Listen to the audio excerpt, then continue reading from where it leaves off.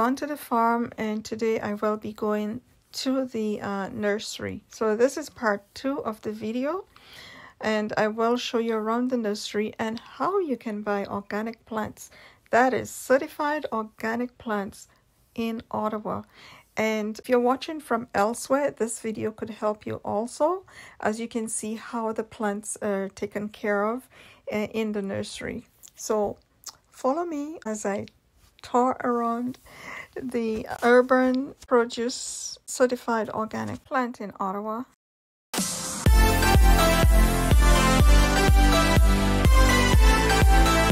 And without these funds, your plants wouldn't make it. Well, without these ones. And also we use in the beginning of the season, okay, have these there, so that's heating cables, like what you would put on your floors. Okay. So we ran them, and then we put that over there. And this is to check the soil temperature. So what happens is everything comes from that circuit box. We have a heater underneath, a space heater, and then we have another small one on the end there. Okay. And then we just cover that. So that's called the germination chamber. So the plants have to stay at a certain temperature? Yeah, like as soon as they start, like once you put seeds in the trays, when you're just starting, you put them here so they get as much warmth for the soil. Even when it's cold, like when we start in March and it's still snow on the ground, you make sure that keeps them from germinating. It also makes us have to use less propane. And it's that propane tank there, you know, so then the heaters only come on if it's like below 5 and below 1 degree. And now we raise the temperature of them a little bit, so they're gonna probably tonight they might be on a lot more because it's supposed to get to, it's supposed to have a frost tonight. And even with the ceiling here, it's still very warm. Yes, so there's like but only during the day, because at night it will let me show you the temperature. So we have a thermometer, so like when it gets too hot, you have to open up the sides and you can see the sides are rolled up. Yeah. And you see the temperature is still like 20 plus. 20. Yes. But then once we roll it down, if you roll it down, it'll easily be plus 40.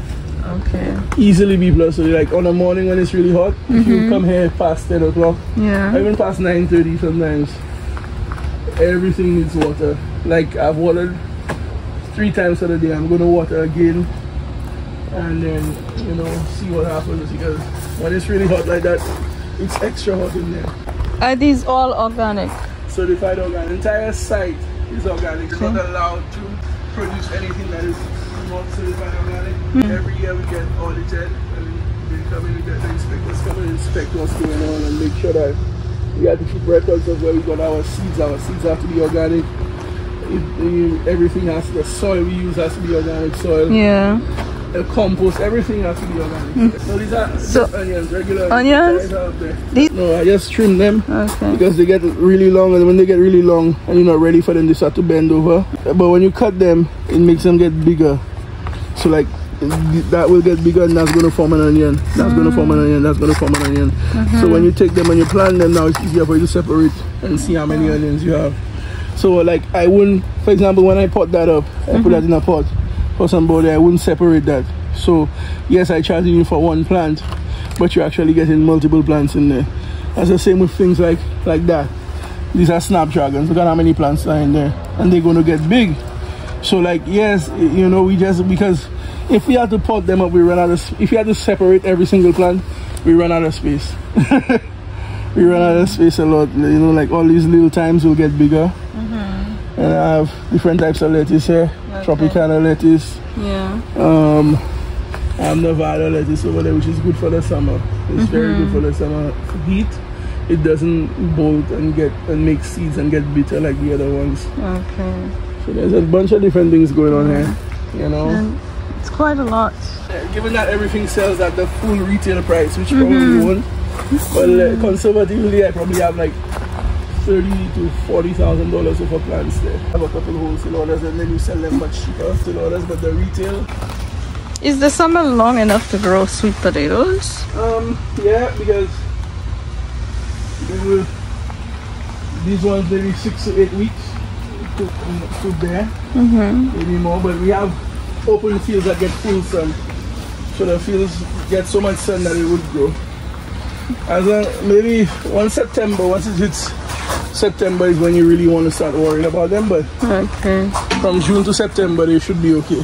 Do you use any form of fertilizer or manure? Yes. Composted chicken manure. Okay, EcoCert Canada.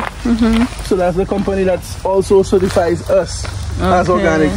So because I know they have no problem with it, I use it. Okay. And what I do is I put a little bit with every plant I put in the field.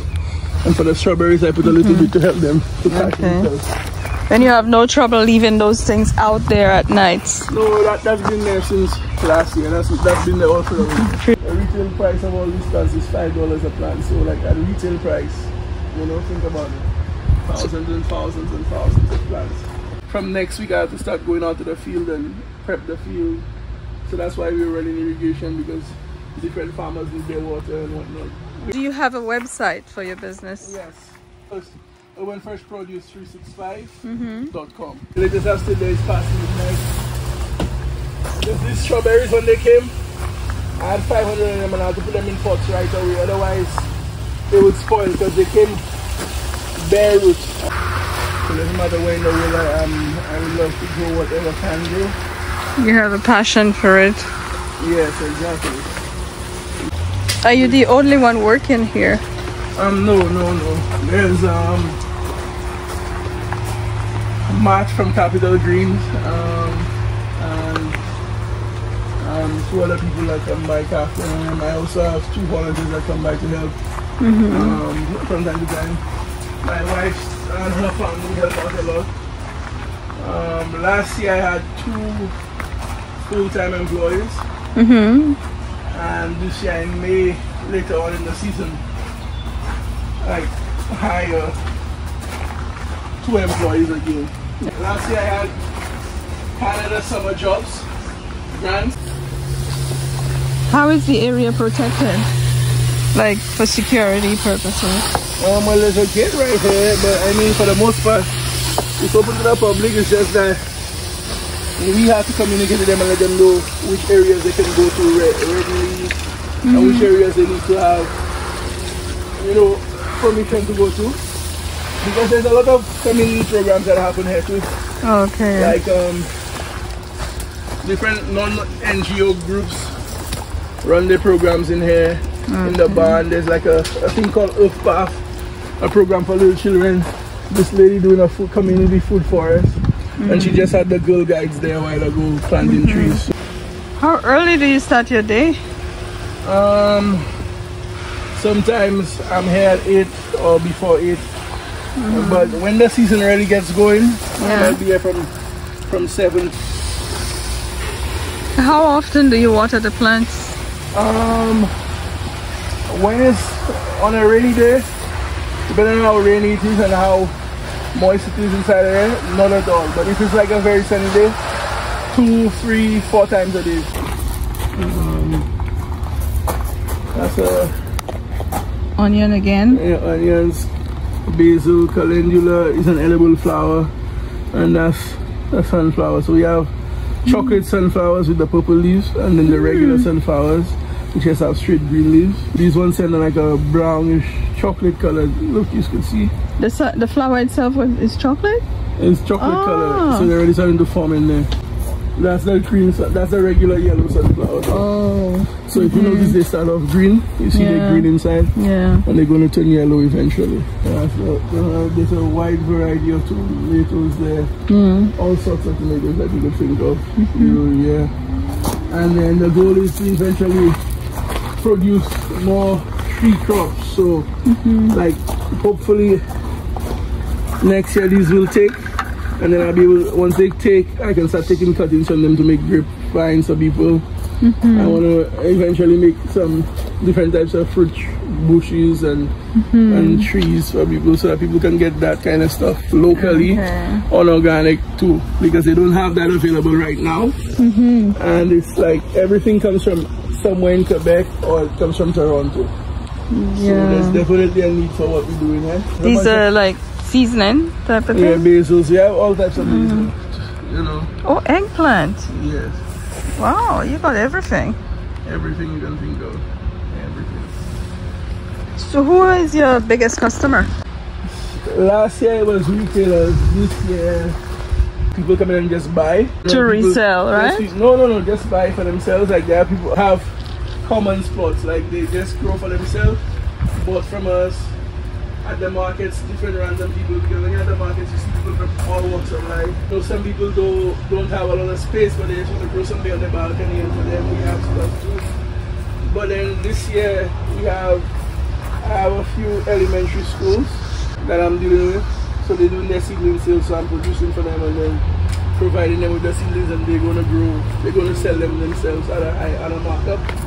Just Food, which is the organization, the NGO that's overseeing the properties, Just Food, they buy all the plants from me.